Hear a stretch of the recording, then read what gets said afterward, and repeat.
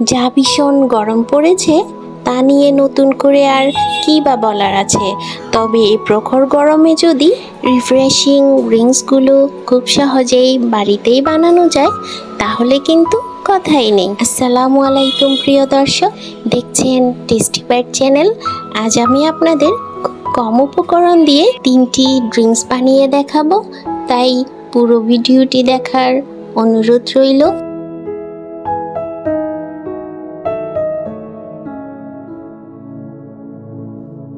তাহলে সর্বপ্রথম আমি খুব সহজেই সুগার সিরাপ বানিয়ে নেব, যেখানে আমি 3 টেবিল চামচ চিনির সাথে হাফ কাপ গরম পানি খুব ভালোভাবে মিশিয়ে নিচ্ছি।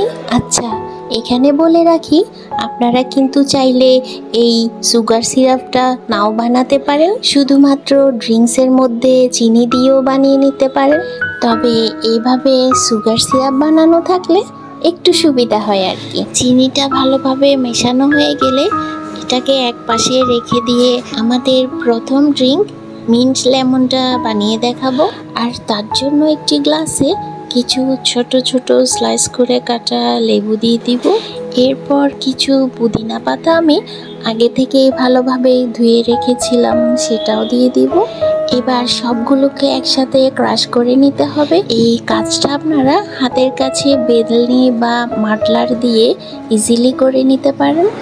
লেবুর রসটা খানিকটা বের হয়ে গেলে এখানে দিয়ে দিব 2 চা চামচ সুগার সিরাপ।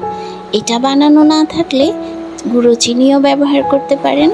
এবার দিয়ে দিচ্ছি বেশ খানিকটা বরফ কুচি আর সাথে অর্ধেকটা লেবুর রস। সবশেষে সামান্য বিট লবণ, কয়েক টুকরো লেবুর স্লাইস ও পুদিনা পাতা দিয়ে যে কোনো সোডা বা স্প্রাইট ঢেলে নিব। তবে আপনারা যদি সোডা বা স্প্রাইট ব্যবহার করতে না চান, সেক্ষেত্রে ঠান্ডা পানীয় ব্যবহার করতে পারেন।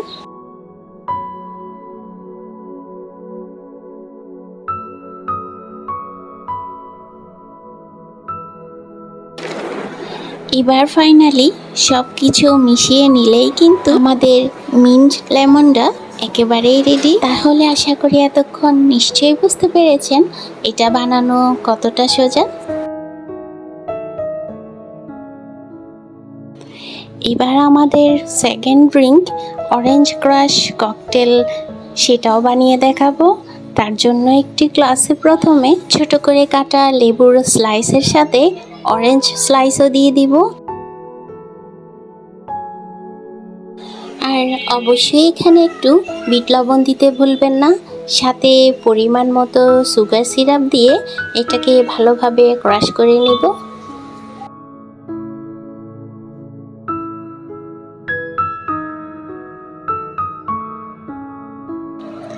ভালোভাবে মেশানো হয়ে গেলে উপর থেকে আইস কিউব, কিছু পুদিনা পাতা আর হাফ কাপ অরেঞ্জ জুস ঢেলে দিব।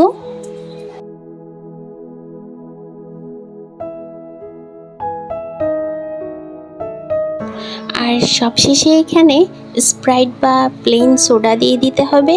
তাহলে তো নিশ্চয়ই দেখতে পেলেন একেবারে রেস্টুরেন্টের মতো অরেঞ্জ ককটেল বানানো কতটা সোজা। আশা করি এখন থেকে এমন মজাদার আর আকর্ষণীয় ড্রিঙ্কস খুব সহজেই বাড়িতেই বানিয়ে নিতে পারবেন। আর এই প্রচণ্ড গরমে স্বস্তি পেতে এমন ড্রিঙ্কসের কিন্তু তুলনাই হয় না। এবার আমি আপনাদের শেষ ড্রিঙ্কসটা বানিয়ে দেখাবো, সেটা হলো মাসালা ম্যাঙ্গো জুস। তার জন্য আমি কিছু ম্যাঙ্গো পালস ক্যান্ডি নিয়েছি, যা দিয়ে খুব কম সময়ের মধ্যেই এই ড্রিঙ্কসটা বানিয়ে নেওয়া যায়। আর এই ক্যান্ডিগুলোর মধ্যে যে মশলাটা থাকে তার জন্য এর ফ্লেভার আর টেস্ট দুটোই ভালো আসে। হাতের কাছে কাঁচা আম না থাকলেও ঠিক এভাবে বানিয়ে দেখবে, আশা করি এর টেস্টটা দারুণ লাগবে। একটি গ্রাইন্ডার জারে খুব ভালোভাবে পাউডার করে নেওয়ার পর চাইলে এটাকে স্টোর করেও রেখে দিতে পারেন। এবার একটি প্লেটে 1 চা চামচ মরিচের গুঁড়ো ও 1 চা চামচ বিট লবণকে খুব ভালোভাবে মিশিয়ে নিতে হবে। এটা কিন্তু আমরা জুসে ব্যবহার করব না। একটা গ্লাস নিয়ে তার সাইডগুলোতে একটা লেবুর স্লাইস লাগিয়ে নিব।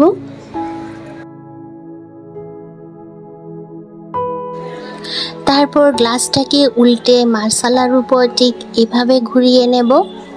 এই প্রসেসিং করার কারণে এটা দেখতে যতটা না সুন্দর লাগছে, ড্রিঙ্কসটা কিন্তু ততটাই ফ্লেভারফুল হবে।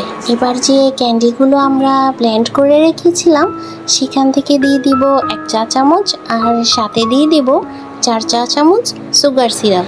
তারপর অর্ধেকটা লেবুর রস দিয়ে খুব ভালোভাবে মিশিয়ে নিতে হবে।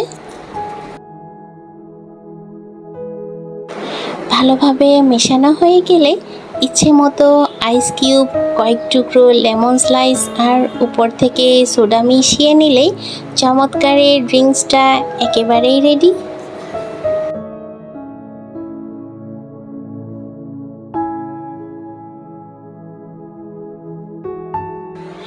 আশা করছি আজকের সবগুলো ড্রিঙ্কস আপনাদের নিশ্চয়ই ভালো লেগেছে, আর ভালো লাগলে একবার হলো অবশ্যই ট্রাই করবেন, শেয়ার করবেন ফ্রেন্ডস অ্যান্ড ফ্যামিলির সাথে।